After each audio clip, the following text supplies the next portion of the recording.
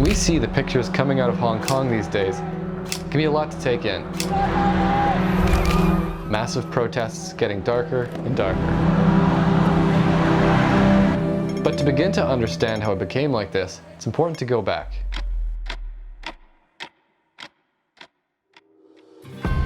It was on this day that representatives of the Qing dynasty and the British government met to sign this paper, the Treaty of Nanjing.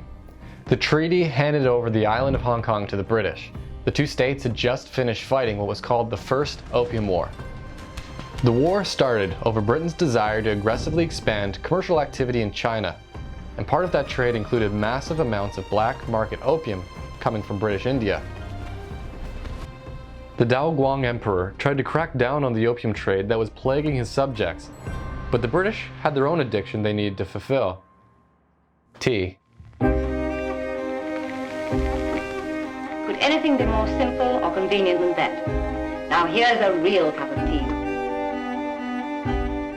In order to secure its supply of tea and Chinese goods by trading illegal opium, Britain sent its warships. China had yet to industrialize to the strength of its foreign invaders. After a series of losses, the Chinese signed the Nanking Treaty, giving Britain commercial rights as well as Hong Kong. As more foreign powers took advantage of weakening Chinese authority, Hong Kong slowly began to adapt to more European-style systems and way of life. A symbol of this prosperity. There became a fusion of identities in the city, whereas in China, a completely new identity was forming. Of the nation's symbol, Chairman Mao. As a British colony, Hong Kong had a unique history, but it wasn't meant to last. Hong Kong has been a British Crown colony since 1841. Britain agreed to give the city back to China after a 99-year lease, and so they did in 1997.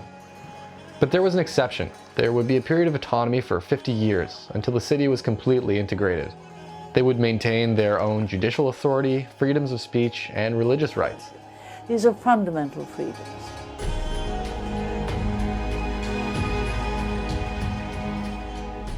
But it's become clearer that China's actions in the city show a desire to integrate Hong Kong sooner than the original agreement. Even during the Treaty of Nanjing and the following years, there's one crucial voice that wasn't accounted for when it came to the destiny of Hong Kong: its people.